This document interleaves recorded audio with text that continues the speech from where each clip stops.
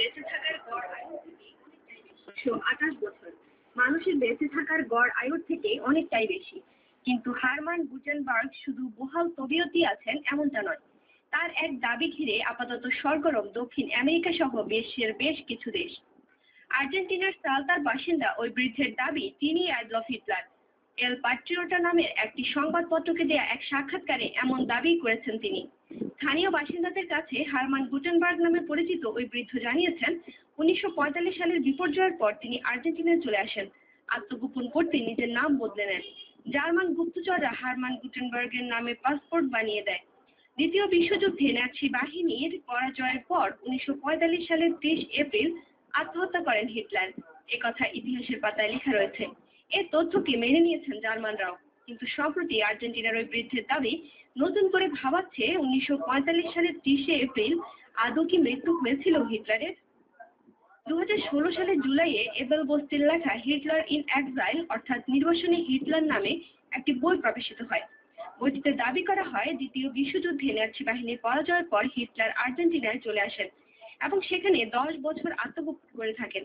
এরপর তিনি প্যারাগুয়ে চলে যান। তবে এবেল বস্তির লেখা বইয়ের তথ্য অনুযায়ী 1971 সালের 3 ফেব্রুয়ারি সে দেশে মৃত্যু হয় হিটলারের। মার্কিন কেন্দ্রীয় তদন্ত ব্যুরো অর্থাৎ এফবিআই প্রকাশিত একটি রিপোর্টেও দাবি করা হয় যে হিটলার মরেনি, তিনি আর্জেন্টিনায় পালিয়ে যান। রুশ সংবাদ সংস্থা স্পুটনিক এক প্রতিবেদনে বলেছে আর্জেন্টাইন বৃদ্ধের আরও দাবি দীর্ঘ 70 বছর তিনি আত্মগোপন করেছিলেন।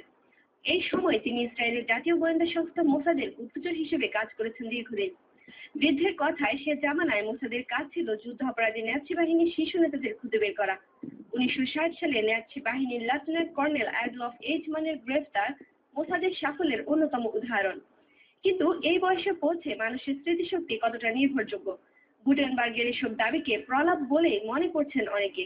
এমনকি বৃদ্ধের স্ত্রী 55 বছর বয়সী অ্যাঞ্জেলা মার্টিনেজেরও দাবি তার স্বামী অ্যালজাইমার শিকার। স্মৃতিভ্রংশের ফলে এইসব বলছেন গুটেনবার্গ। অ্যাঞ্জেলা আরো বলেন 2015 সাল পর্যন্ত কখনো এই বিষয়ে কোনো কথা বলেননি গুটেনবার্গ। তবে তার বিশ্বাস দ্বিতীয় বিশ্বযুদ্ধের সময় গুটেনবার্গ হয়তো নাৎসি বাহিনীতেই ছিলেন। সে সময় ইহুদিদের প্রতি হওয়া বর্বরতায় নাৎসি বাহিনীর কৃতকর্মে তিনি আজ অনুতপ্ত, তাই ইদানিং এসব কথা বলছেন। অ্যাঞ্জেলার ধারণা যাই হোক না কেন, গুটেনবার্গ যখন নিজেকে হিটলার বলে দাবি করে একের পর এক নানা তথ্য সামনে আনছেন, তখন কিছুটা কাকতালীয় ভাবেই আর্জেন্টিনার বুয়েনোস আইরেসের একটি বাড়ির গুপ্ত কুঠুরির মধ্য থেকে সন্ধান মিলেছে নাৎসিদের ব্যবহৃত জিনিসপত্রের ভান্ডার। দ্বিতীয় বিশ্বযুদ্ধের পরাজয়ের পর 1945 সালের 30 এপ্রিল আত্মহত্যা করেন হিটলার। তবে অনেক ইতিহাসবিদ এটাও মনে করেন যে সে সময় আর্জেন্টিনায় গা ঢাকা দিয়েছিলেন তিনি। এই মতামতের পক্ষে একাধিক প্রমাণ ও যুক্তিও সামনে এনেছেন তারা। তবে আর্জেন্টিনার এই 128 বছরের বৃদ্ধের বক্তব্য সত্যি নাকি অ্যালঝাইমার্সে আক্রান্ত মানুষের প্রলাপ, সে বিষয়ে ধোঁয়াশা কিন্তু থেকেই যাচ্ছে। হিটলার বেঁচে থাকলে এখন তার বয়স হতো 128 বছর। তবে অ্যালঝাইমার্সে আক্রান্ত একজন বৃদ্ধ কি করে 70 বছর আগের এবং তার পরবর্তী সময়ে সব তথ্য দিচ্ছেন তা বুঝে উঠতে পারছেন না অনেকেই। বৃদ্ধির শেষ ইচ্ছে তিনি তার অর্থাৎ অ্যাডলফ হিটলারের আত্মজীবনী লিখতেন।